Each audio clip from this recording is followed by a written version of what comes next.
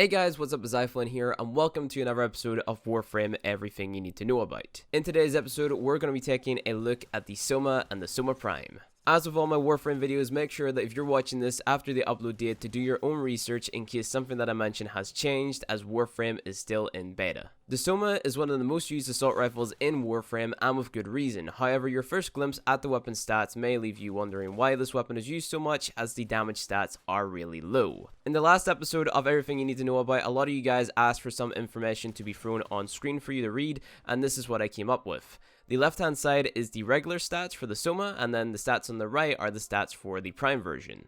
The total damage for the Soma when you add all of the physical damage types together is only 10 damage, which for Warframe standards are pretty low when you take into consideration that weapons like the Tigris Prime have 1560 base damage. The Soma Prime on the other hand has about 12 damage, not that big of an increase, but an increase nonetheless. The damage for the regular Soma is split up like so: 1 damage in impact, 4 damage in puncture damage, and 5 damage in slash damage. The Soma Prime is very similar with a few minor differences. Its impact is 1.2, puncture is 4.4, and finally slash being 6.0. Because the Soma is a full auto assault rifle, you would expect it to have a lot of ammo, which it does. You can hold up to 540 bullets reserve in the Soma and up to 800 reserve in the Soma Prime. The reason they can hold so much ammo is because of the large magazine size that both the weapons have. The regular Soma holding 100 rounds in a magazine, and then the Soma Prime holding up to 200, which is kind of insane, but it's needed for its also insanely fast fire rate at 15 rounds a second, which is shared between both versions of the Soma. Now, we mentioned before that the Soma's damage stat is pretty underwhelming, right?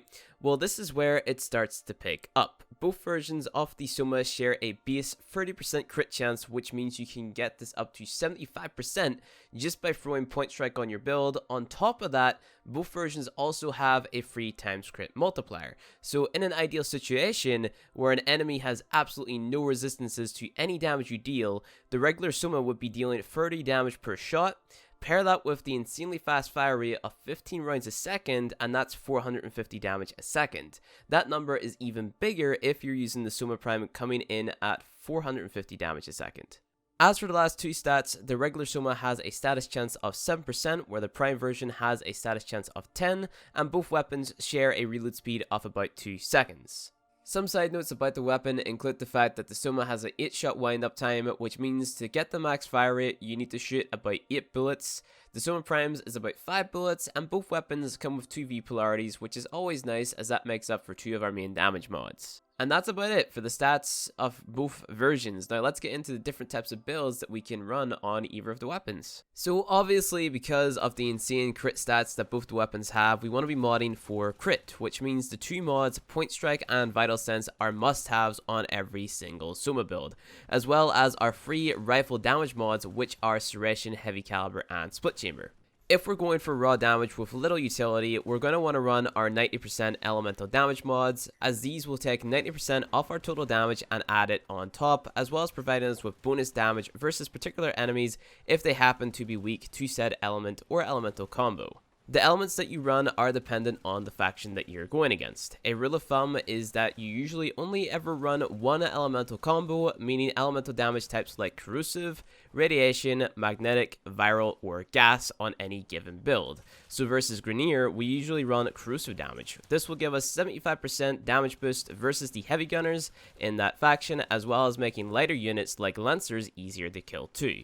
If you think that heavy gunners and lancers aren't that big of a problem and you're more scared of the bombards, feel free to run radiation damage to get a 75% damage increase against them instead. Versus the Corpus, we're going to run magnetic damage, which is a combination between cold damage and electricity damage. We run magnetic because almost every enemy in the Corpus faction has a shield, and magnetic damage lets us reduce the enemy's maximum shield when and if it procs, while also allowing us to deal 75% extra damage versus almost every enemy in the faction apart from some robotics. Against the Infested, we again run corrosive damage, which gives us 75% extra damage versus the Ancients, who are the most annoying enemies in that faction. And then finally, versus the Corrupted, we also run corrosive damage, as a lot of the enemies in that faction have armor similar to the Heavy Gunners. After throwing on your elemental combo, you will notice you have 1 mod slot left, and because the Soma is a crit weapon, we have a few options that we could choose between to give us higher DPS.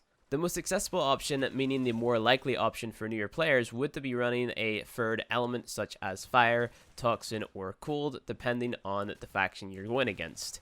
If you're going against the Grenier and we're using the corrosive build, we want to throw on some fire damage for an extra 25% damage versus those heavy gunners. If we're using the radiation build, we throw on toxin damage. This build will give us 75% more damage versus the bombards and then 25% more damage versus the heavy gunners. Versus the Corpus, or on our magnetic build, we want to run magnetic plus toxin. This lets us reduce the enemy's maximum shields, as it also allows us to deal damage to the enemy's health through his shields because of how toxin damage works. Versus the Infested, you want to run fire damage on top of your corrosive for 25% extra damage versus the lighter units of the Infested. And then finally, versus the Corrupted, we can either run cold or fire damage. Fire damage if you're having trouble with the Corrupted heavy gunners, or cold damage if you're having trouble with the Corrupted bombards or shielded enemies. If you're a more advanced player, you may have access to the mod called Shred. Shred, in my opinion, is a great mod to throw on, as it increases your overall DPS and allows you to shoot free multiple enemies, which is great in missions such as defense missions.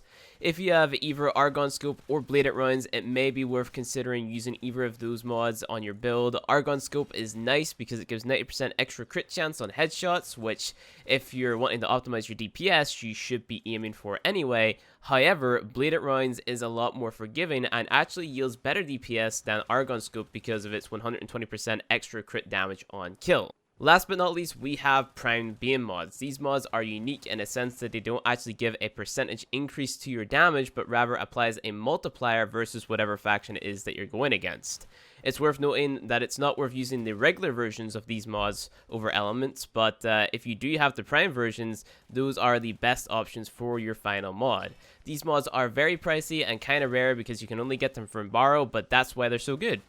As for the build, that is really all there is you need to know. It takes maybe 4 or 5 forma to fit all these mods on, and it's really worth it. Obviously, there are better weapons out there, but I find that the Soma to be the perfect fit for any new player wanting to learn a little bit more about weapon builds, and also just to clear general star chart content, and maybe even a little bit of endgame content. So, other than that, guys, if you enjoyed this video, don't forget to leave a like, hit subscribe for more Warframe content, enter in the monthly giveaway for 1,000 Platinum, link in the description below.